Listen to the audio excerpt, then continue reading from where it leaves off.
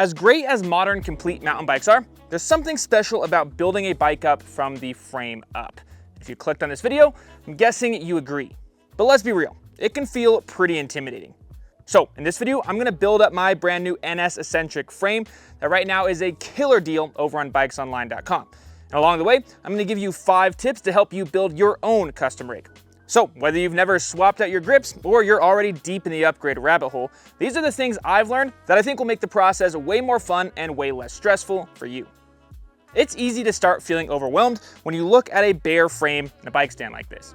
You can see all the things that need to happen. Fork, wheels, drivetrain, brakes, cockpit, you've got to do all of it. And lumped together, that can start to feel like a pretty daunting task, which is why my first tip is to remember to take things one step at a time. You're not building a bike, you're installing a headset, or cranks, or mounting a rear derailleur.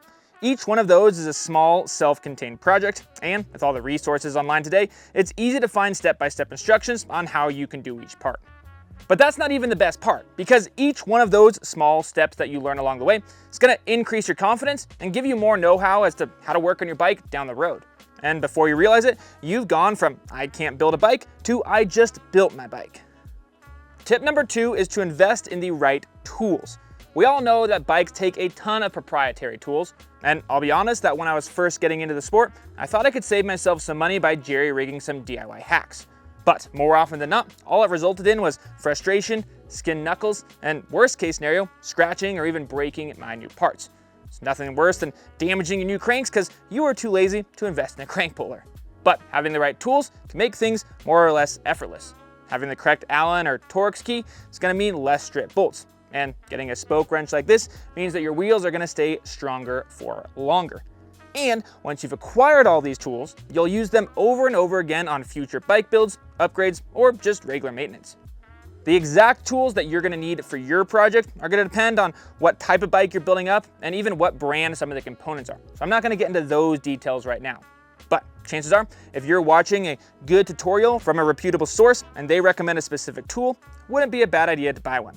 And when it does come to fill out your workbench, check out BikesOnline.com for great deals on all sorts of cycling tools.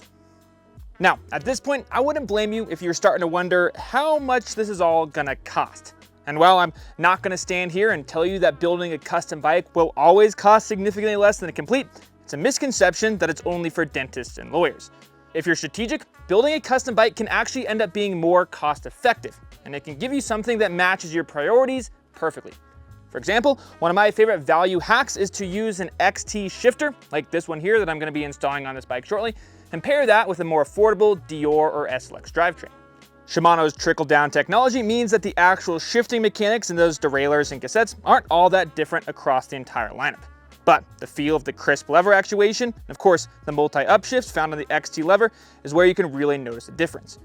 So by spending a few extra bucks to get this XT shifter, and then going with the more affordable Dior, SLX, everywhere else, you end up getting that same crisp, precise shifting, but at nearly half the cost of a full XT setup. Another area where you can save yourself a lot of money is with suspension. Most of us will never notice the decreased stiction of Fox's Kashima coating, let alone learn to fully understand and utilize advanced dampers, and so the money we end up spending getting the latest and greatest forks and shocks is usually a waste. Forks like the Marzocchi Bomber, RockShox Select Series, and this Fox Rhythm fork are a great way to get essentially the same on-trail performance, but at a fraction of the cost of their more premium counterparts. And over at Bikes Online, we sell a ton of forks, so be sure to check there first when it comes time to spec your next bike. And then there's the used market. Things like cranks, stem, dropper posts, and bars usually don't wear out as quickly as things like tires or suspension, and they can be a great place to save some cash by getting them secondhand in a place like the Pink Bike Buy Sell page or Facebook Marketplace. On my NS Eccentric, I've gone ahead and run a used stem and bar, as well as used cranks. The point is, a custom bike doesn't have to drain your wallet. If you're smart about where you spend and where you save, you can end up with a bike that's perfectly suited to your needs and priorities, often for less money than you'd spend on a more generic, one-size-fits-all complete bike. Speaking of choosing the right parts, tip number 4 is not to be afraid to tinker. Always wanted to see if shorter cranks might help with technical climbs? Now's your chance to give it a try. Wondering if a higher rise handlebar would give you more confidence on the steep descents? Go ahead and test it out. Experimenting might feel risky, but it's the best way that you can ensure you're getting a bike that's best set up for your specific needs and riding style. And since you're already building a bike from the ground up, this is the best time to invest in those different parts. If that sounds like something you want to try out, one more plug for BikesOnline. We don't just carry complete bikes, we carry, yes, frames, but also saddles, handlebars, cranks, basically everything you need to tinker and build up the bike of your dreams. Now, let's just say that you try something, you do an experiment, and you don't like it. Well, no worries. Now that you've already completed steps 1 and 2 and taken things one at a time and have the right tools, you should be able to swap them back for something else in a breeze. Over time, you'll dial in a setup that feels like it was built just for you. Because, well, it was. And finally, that brings us to tip number 5. And that is that your project never really ends. I hate to break it to you, but your first custom bike build probably won't turn out perfect. You might have ordered the wrong chainring size, or your cable routing isn't quite as clean as you'd like it, or maybe you'll wish you would have chosen a different stem length. But that's not failure, that's learning. Building a custom bike is less about making a perfect masterpiece that never changes than it is building a relationship with your bike that will evolve over time. You'll tweak, adjust, and upgrade. You'll learn what you like and what you don't, and the bike will grow with you. So don't expect perfection on day 1. Expect progress, expect learning, and expect to probably want to swap out a part or two in 6 months or so. But again, that's all part of the fun.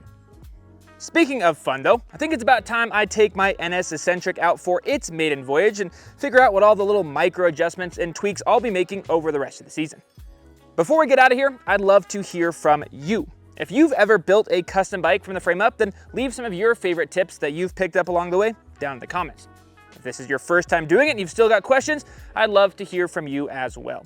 Once you've done that, I'd appreciate it if you go ahead and just hit that like button and subscribe to the BikesOnline channel. And after you've done that, grab your bike, whatever it is, get out there and get ripping.